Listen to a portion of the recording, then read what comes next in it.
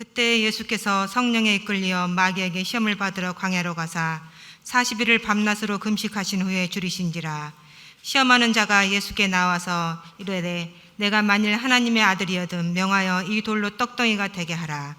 예수께서 대답하여 이르시되 기록되었으되 사람이 떡으로만 살 것이 아니요 하나님의 입으로부터 나오는 모든 말씀으로 살 것이라 하였느니라 하시니, 이에 마귀가 예수를 거룩한 성으로 데려다가 성전 꼭대기에 세우고 이르되 내가 만일 하나님의 아들이여든 뛰어내리라. 기록되었으되 그가 너를 위하여 그의 사자들을 명하시리니 그들이 손으로 너를 받들어 발이 돌에 부딪히지 않게 하리로다 하였느니라. 예수께서 이르시되 또 기록되었으되 주 너의 하나님을 시험하지 말라 하였느니라 하시니, 마귀가 또 그를 데리고 지극히 높은 산으로 가서 천하 만군과 그 영광을 보여 이르되 만일 내게 엎드려 경배하면 이 모든 것을 내게 주리라. 이에 예수께서 말씀하시되 사탄아 물러가라. 기록되었으되 주 너의 하나님께 경배하고 다만 그를 섬기라 하였느니라. 함께 읽겠습니다. 이에 마귀는 예수를 떠나고 천사들이 나와서 수종드니라. 아멘. 자, 오늘 이 시간부터는 복음서의 말씀 시리즈 제목을 조금 바꾸겠습니다. 우리 처음에는 제가 예수님 마음 이렇게 이제 잡고 시작을 했는데 한 두 주 이렇게 해보니까 질문 형태로 바꾸면 좀 더 좋겠다, 이제 그런 생각이 들어가지고 복음서의 질문들, 이런 시리즈 제목을 다시 잡고 이제 11월 말까지 주일마다 한번 해보려고 합니다. 아무튼 계속해서 매주일 이 복음서가 던지는 질문들을 들어보시면서 그렇다면 나는 이 질문들에 대하여 어떤 답을 내놓을 건가? 그렇다면 나는 이 질문에 대하여 어떻게 답을 할 것인가? 여러분 스스로에게도 질문해 보시고 또 답도 달아보시는 그런 시간이 되셨으면 좋겠습니다. 자, 그렇다면 오늘 이 본문이 던지는 질문 하나를 좀 소개할까 하는데 함께 따라해 주시겠습니까? 이길 수 있습니까? 네, 한 번 더, 이길 수 있습니까? 자, 왜 이런 질문이 나왔는지는 아마 여러분이 감 잡으셨으리라 생각합니다만, 본문은 우리가 너무나도 잘 아는 예수님이 당하신 세 가지 시험 이야기입니다. 자, 무려 40일 동안이나 광야에서 금식 기도를 마치신 예수님 앞에 갑자기 마귀가 나타나 가지고는 뭐 돌로 떡을 만들어 보라는 둥, 또 성전 꼭대기에 모시고 가서는 뛰어내려 보라는 둥, 또 높은 산에 모시고 가서는 천하만국을 보여주면서 한 번만 나한테 절하면 이 천하를 다 주겠다고 말하는 둥, 이런 유혹과 시험을 예수님이 친히 받으셨다는 그런 스토리인데요. 하지만 우리의 예수님은 그 시험들에게 한 번도 넘어가지 않고 다 물리치셨다는 이야기입니다. 듣던 중 참 통쾌한 스토리가 아닐 수 없습니다. 역시 우리 예수님이십니다. 자, 그러니 우리도 그 예수님을 따라 오직 말씀으로만 무장하면 어떤 시험도 이길 수 있다. 말씀만으로도 유혹은 이긴다. 이것이 바로 오늘 우리들에게도 주는 도전이자 감동이라고, 아마 어느 목사님의 설교를 들어도 결론은 다 똑같았으리라고 생각하는데, 저 역시 그 결론을 존중하고 아멘 하는 바입니다. 자, 그런데 이번에 제가 이 본문을 이제 다시 본 거잖아요. 다시 결론은 이미 나와 있고 다시 이제 보는데 그 결론들이 다 맞지만 제게 이제 궁금한 게 뭐냐, 그렇다면 이런 유혹과 시험이 도대체 왜 성도들에게 올까? 그 유혹과 시험의 이유는 좀 알고 가자. 그 유혹과 시험의 의미는 알고 싶다. 아무리 그래도 그렇지 어떻게 감히 마귀가 하나님의 아들에게까지 타겟을 삼았을까? 어떻게 감히 하나님의 아들 예수님에게까지 무슨 배짱으로 건드릴 생각을 했을까? 그렇다면 이것은 언젠가 우리한테도 닥칠 시험일 수 있는데, 그렇다면 우리가 이런 유혹과 시험이 닥쳐올 때 어떤 마음을 가져야 할까? 이런 것들은 제가 한 번쯤은 다시 묵상해보고 싶어서 오늘은 그 이야기를 여러분과 몇 가지로 좀 해보고자 합니다. 첫째는 이 시험을 통해서 제가 받는 위로가 있었습니다. 위로. 한번 따라해 보시겠어요? 위로를 주신다. 위로를 주신다. 자, 제가 이제 이 얘기를 왜 하느냐 하면은 사실 이 본문은 말입니다. 우리 믿는 사람들에게 꽤 충격적인 본문이에요. 어떤 면에서는 하나님께 실망감마저 드는 본문입니다. 아니 왜? 아니 왜? 라는 질문을 떨칠 수 없는 본문입니다. 왜냐하면 일단은 이런 유혹과 시험이 찾아오게 된 계기부터가 너무 황당합니다. 자, 여러분, 저는 어릴 때부터 신앙생활을 해오면서 이렇게 배웠습니다. 유혹이라고 하는 것은 대개 삶을 잘못 산 사람들에게 찾아오는 거다.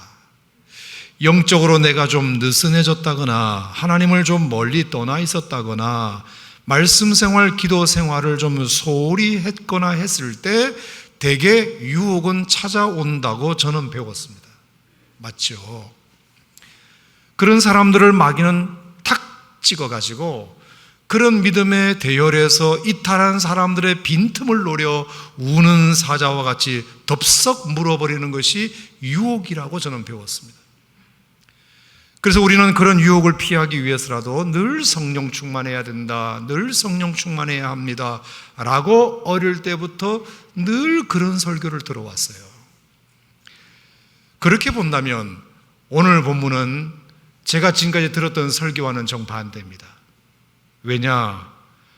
오늘 본문의 경우는 성령 충만 안에서 찾아온 유혹이 아니고요, 성령 충만했기 때문에 찾아온 유혹이에요. 다시 말하면 성령 충만했음에도 불구하고 찾아온 유혹입니다. 자, 4장 1절 말씀을 여러분이 보시면, 그때 예수께서 성령에게 이끌리어 마귀에게 시험을 받으러 광야로 가셨다 하면서 그때에 라는 접속사가 있어요. 헬라어로 토테, 영어로 된, 그리고 나서. 자, 그러니까 이것은 앞에 있는 문장과 내용과 연결된다는 뜻인데, 자, 앞에 내용이 뭐죠? 언뜻 여러분이 보시면 마태복음 3장 16절 17절 말씀에 예수님이 요단강에서 침례를 받으시고 물에서 올라오실 때 하늘이 열리고 성령이 예수님 위에 임했다, 이렇게 되어 있어요. 그리고 그 하늘에서 무슨 소리가 들렸느냐 하면은 하나님 아버지의 음성이 들리기를, 이는 내 사랑하는 아들이요 내 기뻐하는 자라, 이런 음성을 예수님이 들으신 장면입니다. 그러므로 이것은 아들 예수님을 향하여 하나님과 성령님이 동시에 나타나신 매우 특별한 장면입니다. 자, 그래서 이 장면을 가리켜서 많은 성경학자들은 예수님의 왕의 대관식이라고 표현할 정도입니다. 자, 흔히 우리가 마태복음을 요약하여 설명할 때 마태복음은 왕으로 오신 예수님, 마가복음은 종으로 오신 예수님, 누가복음은 인간으로 오신 예수님, 그리고 요한복음은 하나님의 아들로 오신 예수님, 우리가 이렇게 요약해서 배우거든요. 자, 그러니까 마태복음은 왕으로 이 땅에 오신 예수님을 표현하는 책이 마태복음입니다. 바로 이 장면이 그 왕으로 오신 예수님을 드디어 하나님이 인정해 주시고 확정해 주시는 장면이라는 것입니다. 이는 내 사랑하는 아들이라고, 내 기뻐하는 자라고 이렇게 말씀하시면서, 그러니 이제부터는 누구도 내 아들 건드리지 마, 못 건드려, 무조건 내 아들 말에 순종해야 할 거야, 이렇게 하나님이 친히 확정해 주시고 선포해 주신 장면이 마태복음 3장 16절 17절 장면입니다. 그러니 이만큼 예수님이 성령 충만하셨던 때는 없습니다. 이만큼 하나님의 보호막이 확실한 때가 또 어디 있겠습니까? 그 일이 바로 방금 전에 예수님에게 일어났습니다. 자, 그러면 우리는 이제 기대합니다. 상상합니다. 뭘 기대하느냐? 하나님이 이렇게까지 점찍어 놓으시고 왕의 대관식을 멋지게 치르셨으니 아무도 이제 예수님을 못 건드리겠구나.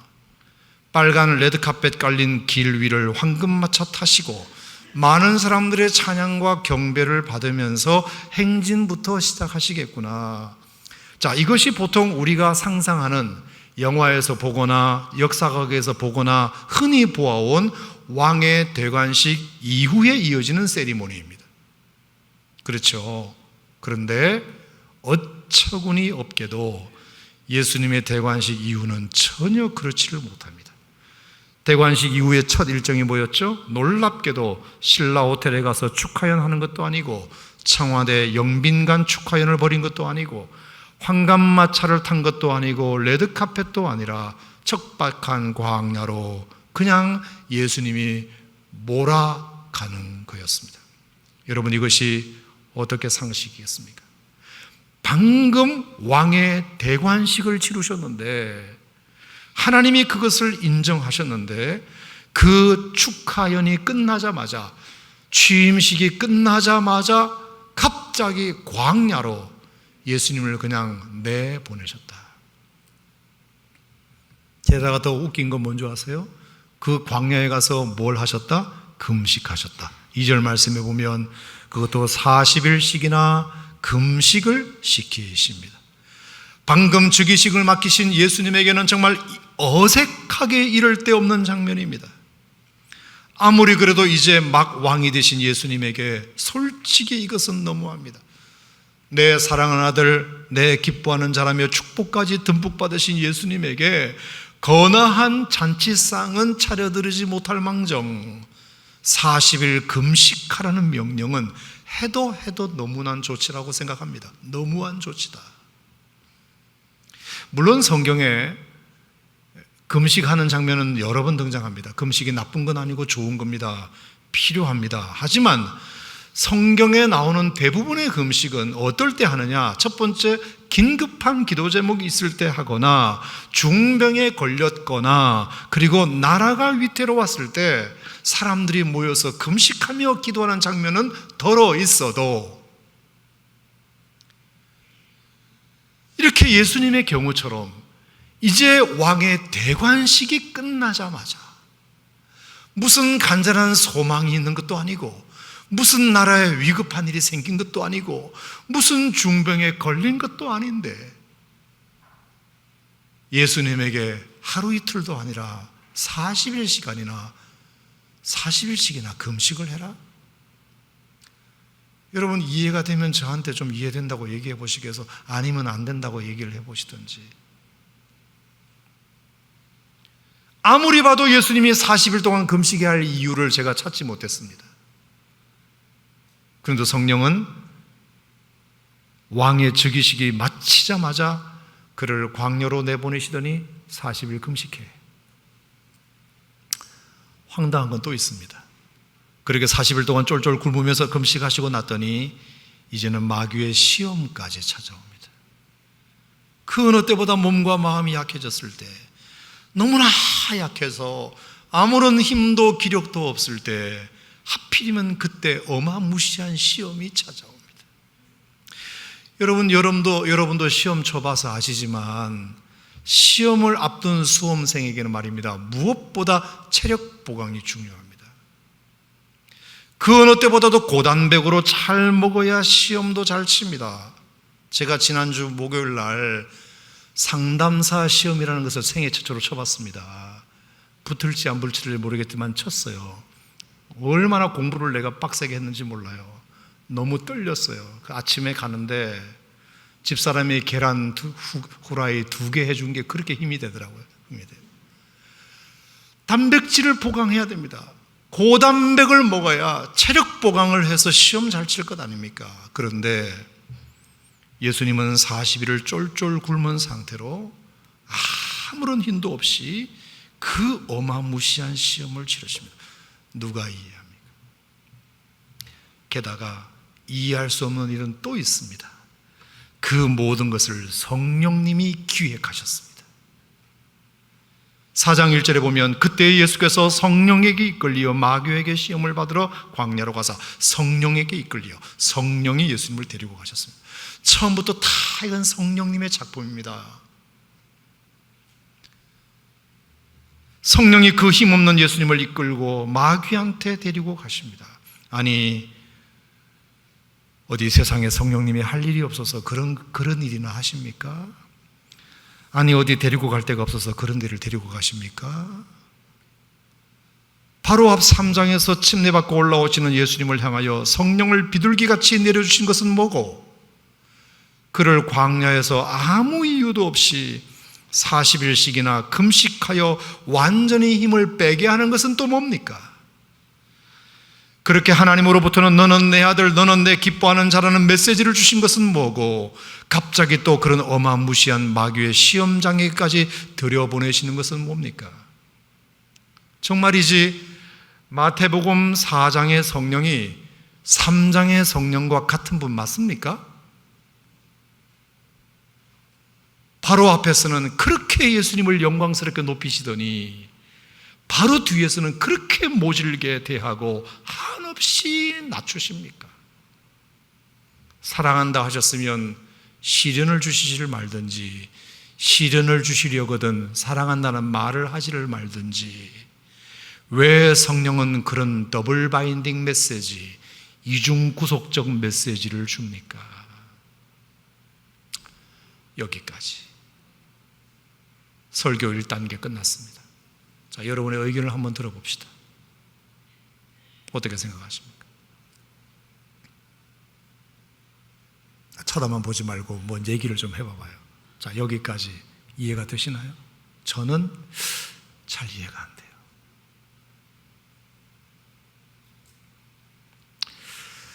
제가 가만히 이제 이것을 묵상했어요. 아니 왜 3장과 4장이 이렇게 모순되냐? 제가 많은 생각을 했어요. 지나온 날도 돌이켜보고요. 그러더니 제 인생의 한 토막이 생각이 싹 났어요. 아하, 나도 그랬네. 나도 내 인생에 그랬네. 지금부터 18년 전 오산 침례교회로 제가 39에 부임해 왔습니다.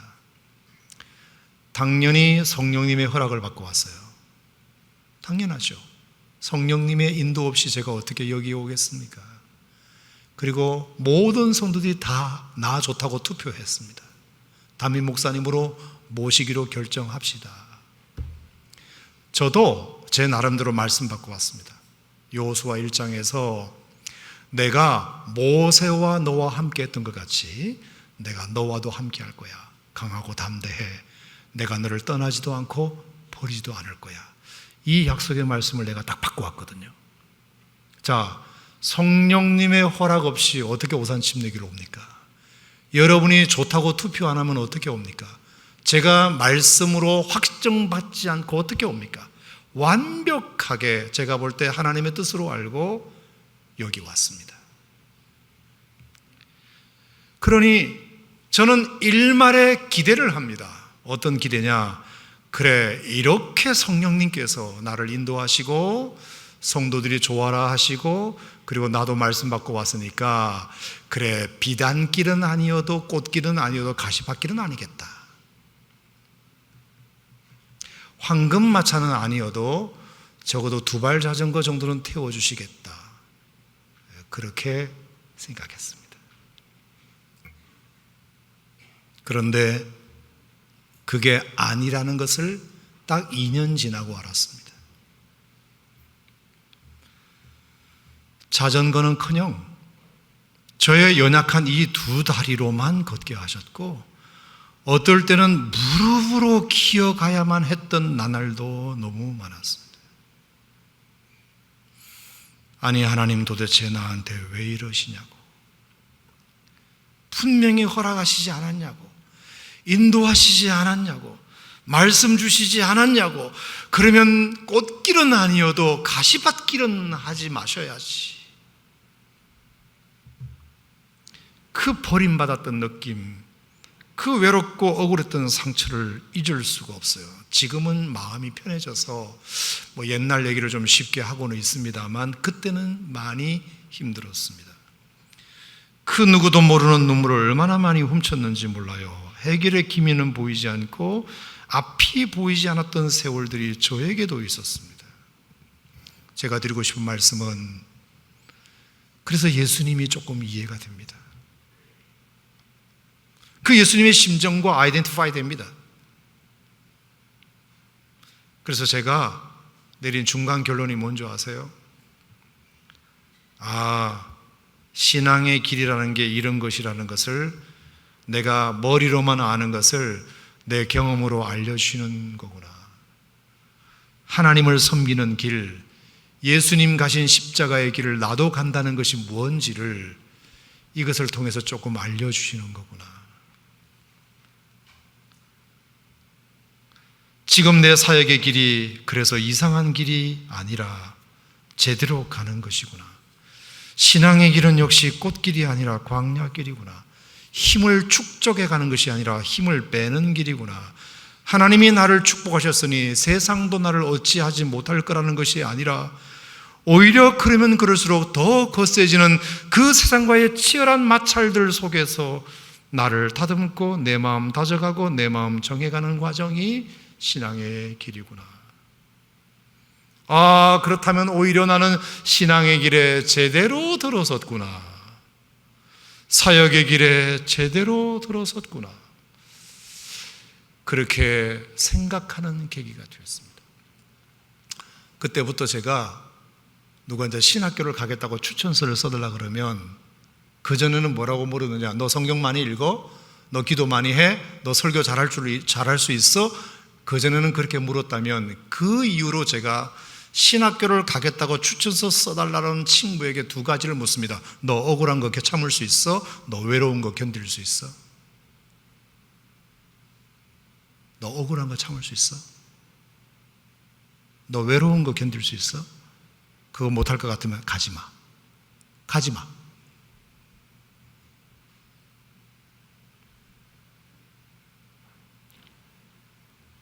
자, 왜 제가 이런 생각을 그때부터 하게 됐느냐 하면은 성경에 보니까 말입니다. 평생 하나님의 영광을 위하여 사신 예수님에게 정말 예수님처럼 하나님의 영광을 위하여 사신 분이 어디 있어요? 근데 그 예수님에게 마지막 사형죄를 언도하면서 붙인 제목이 뭔지 아세요? 신성모독이에요. 마태복음 26장 27장에 나와요. 신성모독이 뭐예요? 하나님을 모독했다는 거잖아. 평생을 하나님의 영광을 위하여 살아오신 예수님에게 정말 말도 안 되는 죄목을 거기다 갖다 붙여서 십자가에 죽여버려요.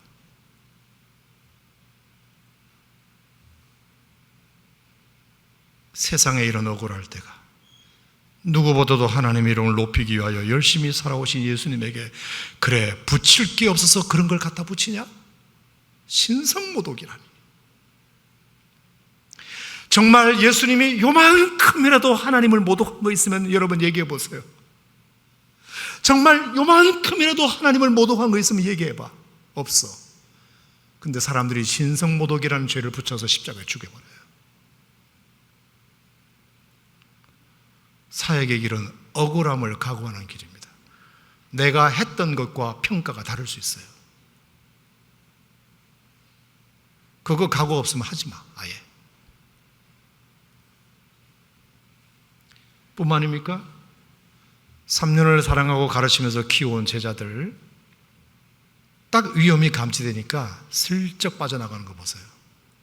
제자들 얼마나 많이 사랑해 주시고 얼마나 많이 먹이시고 가르치시고 본을 보여주시고 섬기시고 허리를 굽혀 수건을 허리에 두르시고 발까지 닦아주시고 아무리 그렇게 하면 뭐합니까? 딱 위험이 감지되니까 싹 빠져나갑니다. 겟세마네 동산에서 마지막 날 밤 예수님이 제자들 데리고 가셔서 간절히 부탁했어요. 얘들아, 내가 지금 너무나 마음이 민망하여 죽게 생겼으니 나를 위해서 한 번만 기도해 좀 해줘. 부탁이야. 내가 여기서 기도할 거니까 너희들은 여기 앉아서 좀 기도 좀 해줘. 날 위해서. 한 번만 날 위해서 기도 좀 해줘. 예수님의 마지막 부탁이에요. 그래서 그런 줄 알고 예수님은 가서 땀방울이 핏방울이 되도록 기도했어요. 간절히 기도하고 딱 내려와 보니까 다 자고 있어요. 다. 얼마나 자존심 상하고 얼마나 외롭고 얼마나 억장이 무너지는지 몰라요. 얼마나 실망이 크셨을까, 얼마나 자존심 상하셨을까. 아, 이게 목회의 길이고 신앙의 길이구나. 제가 그래서 마태복음 3장 4장을 보면서 제가 참 많이 위로가 됐어요. 여러분, 사람의 위로가 별 겁니까? 나만 당하는 문제라고 생각했는데 누구랑 대화를 나누다 보니 그 사람도 나랑 비슷한 문제가 있더라. 그것만으로도 위로가 돼요. 맞아요? 틀려요? 맞죠. 하나님의 아들 예수님께서는 나보다 더하면 더했지 덜하지 않은 억울함과 외로움을 겪으셨구나. 나 같은 피리미 같은 목사는 그러면 당연하지. 얼마나 위로가 되는지 몰라요. 예수님도 나랑 비슷한 처지라는 것이 그렇게 위로가 돼요. 마태복음 3장의 왕의 대관식이 있은 다음에 마태복음 4장에서 이렇게 완전히 궁지로 내몰아 광야에서 금식하게 하시고 어마무시한 시험이나 주시는, 그리고 그것은 다 성령님의 기획 작품이었다. 성령님이 시나리오 쓰고 성령님이 감독하고, 너무나 큰 충격이에요. 하지만 예수님도 그러셨다는데 나 같은 피레미 목사는 당연하지. 여러분 이것이 여러분에게는 어떤 메시지가 될지는 모르겠지만 여러분에게도 위로가 되셨으기 바랍니다. 왜? 여러분의 신앙생활도 하다 보면 비슷할 때가 있을 겁니다. 있을 때. 자, 두 번째, 예수님이 당한 시험을 통해서 깨달은 건 뭐냐? 그렇다면 이 예수님의 시험도 어쩌면 왕의 대관식도 끝내고 40일 금식기도도 하신 예수님에게 어떻게 이런 이해할 수 없는 시험이 왔냐만 생각했는데, 이제부터 이 시험을 통해서 제가 깨닫게 된 건 뭐냐면, 아하, 이게 오히려 그 시험을 잘 견딜 수 있도록 성령께서 미리 사전에 예방주사를 놓아주신 거구나. 그냥 당했다면 넘어졌을 텐데 이렇게 철저히 미리 준비를 시키심으로 말미암아 이길 수 있었구나 하는 것을 깨닫게 됐습니다. 여러분, 이 수준 높은 설교를 이해하시겠어요? 그러므로 이것은 사랑한다 해놓고 기뻐한다 해놓고 엉뚱한 시련을 주신 것이 아니라 오히려 이 시련을 이길 힘으로 그 말씀을 미리 해주신 거구나. 그 든든한 사랑받고 있음을 무기 삼아 넉넉히 이기라는 뜻이었구나. 자, 다윗도 마찬가지인데 그렇게 왕으로까지 기름을 부어놓고서도 왜 10년간 쫓기는 신세가 되죠? 자, 왕으로 기름 부었으면 이제 왕이 되는 프로세스를 진행하셔야 되는데 기름은 부어놓고 10년간 도망다니게 만드시잖아요. 아니 왜? 이런 궁금함이 들잖아요. 근데 여러분, 이걸 뒤집어 생각하면 10년간 도망다니면서도 견딜 수 있었던 힘을 다윗의 기름 부음으로 이미 주신 거예요. 그게. 아멘 좀 해보세요. 이해가 되나요? 안 돼요? 그럼 좀 다른 설명을 해볼게요. 이해될 때까지. 출애굽한 이스라엘 백성들이 10가지 재앙이라는 놀라운 하나님의 살아계심을 보여주시고도 하나님이 정작 인도하신 곳은 척박하고 배고프고 춥고 전갈과 불뱀과 전쟁이 위험한 곳으로 인도하셨어요. 그러면 이해하지 못하죠. 하나님이 왜 그렇게 놀라운 경험을 해주시고도 우리를 그런 광야로 인도하시느냐 라고 지금까지 생각했다면, 이제부터 우리의 생각은 그것을 통해서 하나님의 사랑하시 계심을 경험해야 그 척박한 광야의 어려움도 버틸 힘을 가질 수 있기 때문에 하나님이 그것을 먼저 경험하게 하신 것이다. 자, 이 수준 높은 설교를 이해하시겠습니까? 여전히 이해가 안 되신 것 같으니까 한 번 더 해보겠습니다. 자, 오늘 우리가 주일 예배를 드리는데, 오늘 여러분 주일 예배 나오시느라 너무 감사한데요. 왜냐하면 이것도 큰 결단이잖아요. 내가 가 말어 이러다가 여러분 나오신 거잖아요. 그러면 우리의 기대 속에는 이런 게 있어요. 예배 잘 드렸으니까 이번 한 주간은 하나님께서 나에게 선하게 우리의 삶을 인도해 주시겠지. 뭔가 좋은 결정을 하게 하시고 사업도 잘 되게 하시고 뭔가 직장에서도 좋은 일이 일어나고 등등, 우리는 그런 기대를 당연히 합니다.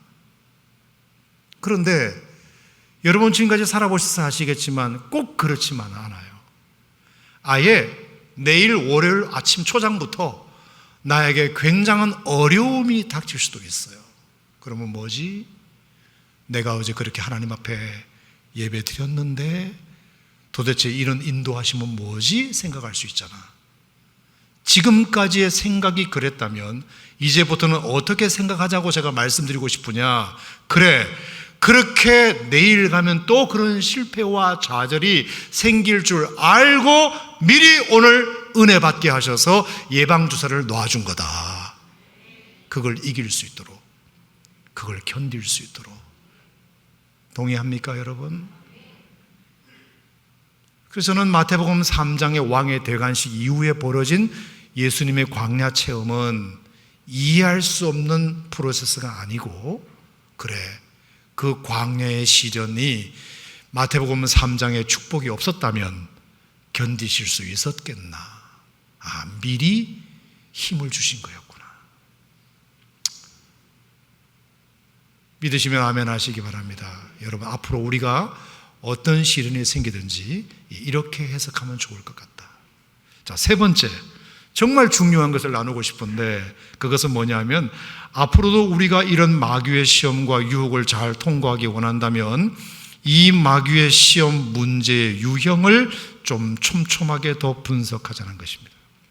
무슨 얘기냐? 자, 오늘 예수님이 당하신 마귀의 시험 문제가 세 문제거든요. 첫 번째가 먹을 것으로 유혹하고, 두 번째가 멋있어 보이는 것으로 유혹하고, 세 번째가 세상 영광을 다 가지도록 꼬이는 이런 유혹이 세 가지인데, 여러분, 이 예수님이 당하신 세 유혹은 전에도 마귀가 한번 출제했던 기출 문제입니다.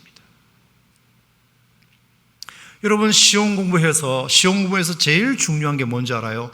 기출 문제부터 분석하는 거예요. 작년에 어떤 시험에 나왔지? 그 문제의 유형을 알아야 돼요. 문제의 경향성을 알아야 합니다. 맞아요, 틀려요? 맞죠?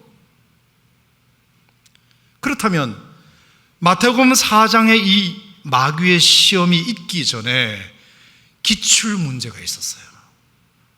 그럼 그걸 파악을 했었어야 돼. 그게 뭐냐? 창세기 3장에 나오는 시험이에요. 아담과 하와가 에덴 동산에서 뱀을 가장한 마귀에게 받았던 유혹입니다. 자, 어느 날 마귀가 나타나가지고 한 말이 뭐냐? 참으로 하나님이 이 동산의 모든 것을 다 못 먹게 했니? 아니, 다 못 먹게 한 건 아니고 동산 중앙에 있는 저 나무만 못 먹게 하셨어. 아니 왜? 저걸 먹으면 죽을지도 모르는데, 야, 설마 사람이 과일 하나 먹는다고 죽냐? 설마 사랑의 하나님이 그런 먹고 죽을 열매를 에덴 동산에 만드셨겠냐? 생각해봐. 너도 이해가 안 되지. 그러므로 오히려 저건 말이야, 먹으면 네가 하나님 같은 능력자가 될까봐 하나님이 그러시는 거야. 그러면 너도 하나님과 같은 레벨이 되는 거거든. 그래서 일부러 하나님이 경계하시는 거야. 아무래도 너가 하나님같이 되어버리면 자기를 예배할 대상이 사라지는 거니까 얼마나 하나님이 심심하시겠어. 같은 수준의 능력자가 생기면 하나님이 얼마나 피곤하시겠어. 그러니 너를 계속 아래에 두려고 하나님이 일부러 먹지 말라 하신 거야. 알았지? 그만큼 너는 이미 능력자라는 소리야. 하나님이 경계하실 만큼. 솔직히 너도 생각해봐. 네가 부족한 게 뭐 있어? 지혜가 없어, 능력이 없어. 만물도 다 다스릴 권세도 이미 받았잖아. 동물과 식물의 이름도 다 네가 지은 이름이잖아. 그러니 이미 너는 하나님처럼 된 거야. 아니 왜 평생을 하나님 섬기면서 종처럼 살려고 그래? 옳고 그름도 이제는 너가 판단하는 거야. 안 그래? 왜 그런 것까지 하나님한테 판단받아야 돼? 결제받아야 돼? 그러니 걱정하지 마. 충분히 이제 너는 독립해도 돼. 뭐하러 너 같은 능력자가 계속해서 하나님의 눈치를 보면서 살려고 그래? 이참에 독립해. 이참에 독립해. 어서. 딱 그 말을 듣는데 너무 솔깃한 겁니다. 마귀의 말은 진짜 들어보시면 아시지만 굉장히 솔깃합니다.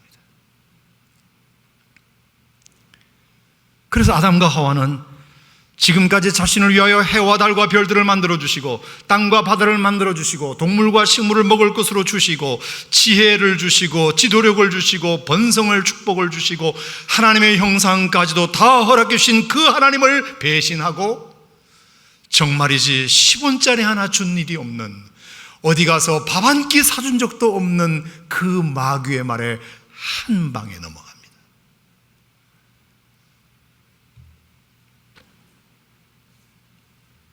마귀가 아담과 하와를 해서 해준 게 뭐 있다고? 그렇게 많은 선물을 하나님이 주셨는데 그 하나님을 배신하고 정말 커피 한 잔 사준 적도 없는 그 마귀의 말에 한 방에 넘어갑니다. 그래서 그 마음으로 선악과 앞에 딱 서보니까 세상의 선악과가 그렇게 먹음직하고 그렇게 부함직하고 지혜롭게 할 만큼 탐스럽게 보일 수가 없어요. 이미 마음이 넘어갔어. 저도 그런 사람 많이 봤는데 그러면 아무리 말씀으로 설득해도 절대로 안 돌아오더라고요. 설득이 먹히질 않아. 너무 슬퍼요. 마음이 딱 넘어가니까 그렇게 먹음직스러워 보이나 봐. 그게 그렇게 부함직스러운가 봐. 그렇게 탐스러운가 봐. 그래서 인간은 그로부터 돌이킬 수 없는 마귀의 종이 되어 하나님의 말씀보다 마귀의 말에 더 귀를 기울이는 존재가 되었으니 이것이 마귀의 기출 문제입니다. 자, 그런데 놀랍게도 수천 년 수만 년이 지난 예수님 시대에도 그 기출 문제는 그대로 출제됩니다. 예수님에게. 보세요. 그 첫 번째가 뭐였죠? 돌 가지고 떡 만들어 먹어라. 이게 기출 문제에 나왔어요? 안 나왔어요? 먹음직하고 나왔어요. 두 번째, 성전 꼭대기에서 뛰어내려라. 그러면 천사들이 너를 멋있게 받쳐줄 거야. 이거 기출 문제 나왔어요? 안 나왔어요? 나왔어요. 보암직하고. 세 번째, 딱 절 한 번만 하면 천하만국을 다 갖게 해줄게. 딱 한 번만이야. 절 한 번만 하면 돼. 여러분, 이런 지혜로운 투자가 어디 있나요? 세상에 이런 탐스러운 제안이 또 어디 있나요? 한 번만 하면 된다잖아요. 바로 이것도 기출문제에 나왔던 지혜롭게 할 만큼 탐스럽기도 하고 정확하죠. 예상 문제가 그대로 다 나왔어요. 근데 예수님이 이 문제를 통과하신 이유가 뭔지 아세요? 첫 번째 아담이 왜 그 문제를 틀렸는지를 오답 노트를 갖고 계시거든요. 왜 틀렸는지 알아? 하나님의 말씀을 무시했기 때문에 아담과 하와가 넘어갔다는 걸 알기 때문에 두 번째 아담이신 예수님은 이거 틀리지 말아야지. 나는 하나님의 말씀을 딱 붙잡고 있어야지. 그래서 기록하였을 때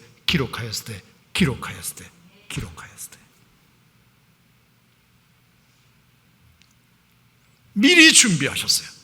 기출 문제를 아니까 마귀가 낼 문제를 뻔히 알고 있기 때문에 첫 번째 아담의 실수를 반복하고 싶지 않으니까 당황하지 않으셨어요. 자, 그렇다면 이제 마지막 문제는 여러분들에게는 어떨까? 대답해 보세요. 문제 유형이 바뀌었을까요? 똑같을까요? 똑같아요. 자, 요한일서 2장을 보겠습니다. 요한일서 2장. 요한일서 2장 15절, 16절 말씀을 보겠습니다. 자, 오늘날 마귀가 출제하는 문제 가르쳐 드리겠습니다. 요한일서 2장 15절, 16절. 자, 함께 찾아서 시작. 이 세상이나 세상에 있는 것들을 사랑하지 말라.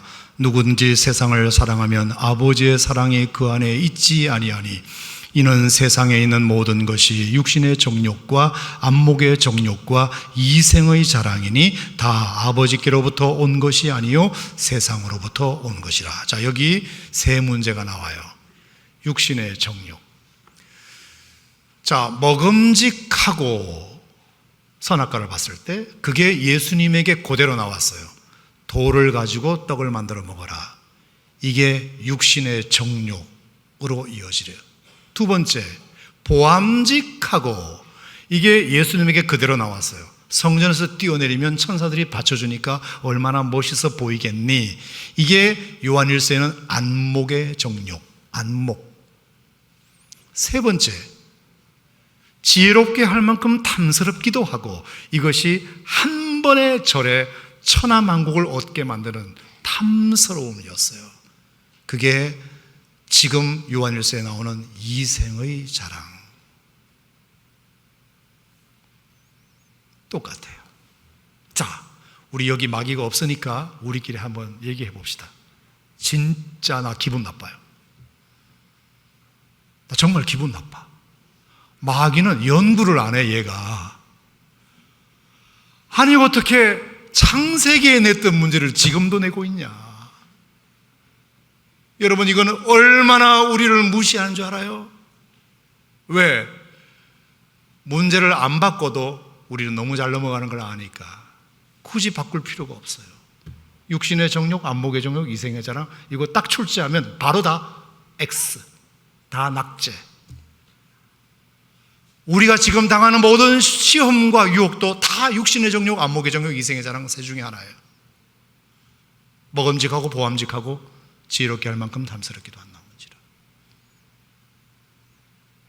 나 너무 기분 나빠요.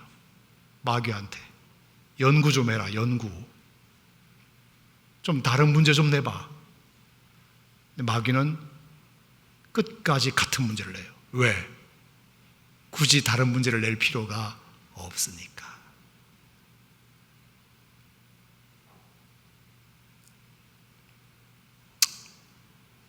난 너무 속상해요. 그게 여러분과 저의 현실이에요. 기출문제 분석을 하셔야 됩니다. 오늘날도 똑같아요. 그러면 여러분들이 하셔야 될 일은 뭐냐? 첫 번째 아담은 실패했습니다. 하나님 말씀 무시해가지고. 두 번째 아담은 예수님은 성공했습니다. 하나님 말씀을 붙잡아가지고. 그러면 오늘 우리는 뭘 해야 될까요? 하나님 말씀을 붙잡아야 됩니다. 하나님 말씀으로 무장해야 됩니다. 아멘. 철저하게 하나님 말씀으로 무장해야 돼요. 그래야 통과할 수 있어요. 두 번째, 약점 관리 잘하자. 한번 따라합시다. 약점 관리 잘하자. 사슬의 강도는 가장 약한 고리의 강도에 달려 있습니다. 내가 무엇에 약한지, 어디에 잘 넘어가는지, 육신의 정욕에 약한지, 안목의 정욕에 약한지, 이생의 자랑에 약한지, 어디에 더 약한지를 파악하고 그 약점을 끊임없이 보완해 가자. 그래야 우리는 그 어떤 시험과 유혹에 허들에도 걸리지 않는다. 인생의 경주는 맨바닥 가는 게 아니라 허들 경기입니다. 허들 경기예요. 넘어야 할 허들이 너무 많아요. 그것에 걸리지 않으려면 약점 관리를 잘해야 된다. 세 번째, 이 모든 싸움은 정말 다행스럽게도 혼자 싸우는 것이 아님도 기억하자. 자, 4장 1절 말씀에 다시 마태복음 4장을 보면 예수께서 성령에 이끌리어 마귀에게 시험을 받으러 광야로 가셨다고 했어요.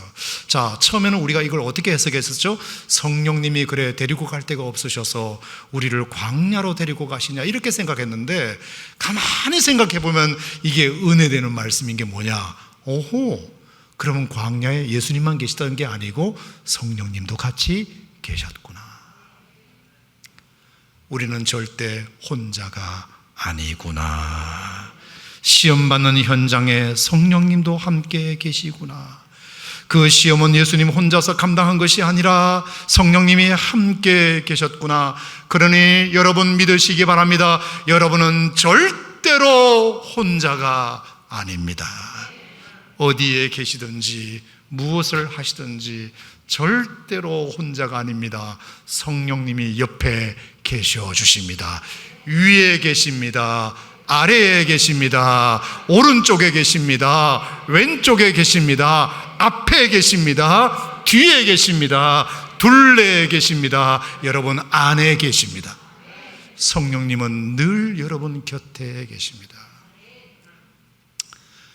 보라, 볼지어다 내가 세상 끝날까지 너희와 항상 함께 있으리라.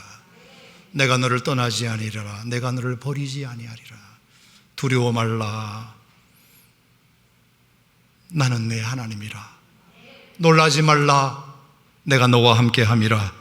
내가 너를 도와주리라. 참으로 나의 의로운 오른손으로 너를 붙잡아 주리라. 사랑하는 오산침례교회 성도 여러분, 꼭 믿으시기 바랍니다. 여러분은 절대로 혼자가 아닙니다.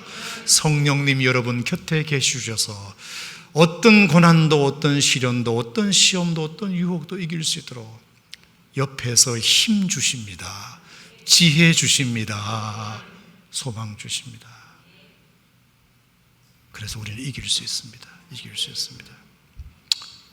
마귀의 기출 문제 가르쳐 드렸으니까 정확하게 인지하시고, 그래, 그럼 하나님 말씀이면 이길 수 있을 거야 딱 믿으시고, 성령님 우리와 함께 계심과 뭘 신뢰하고, 그래, 내가 이겨보겠다.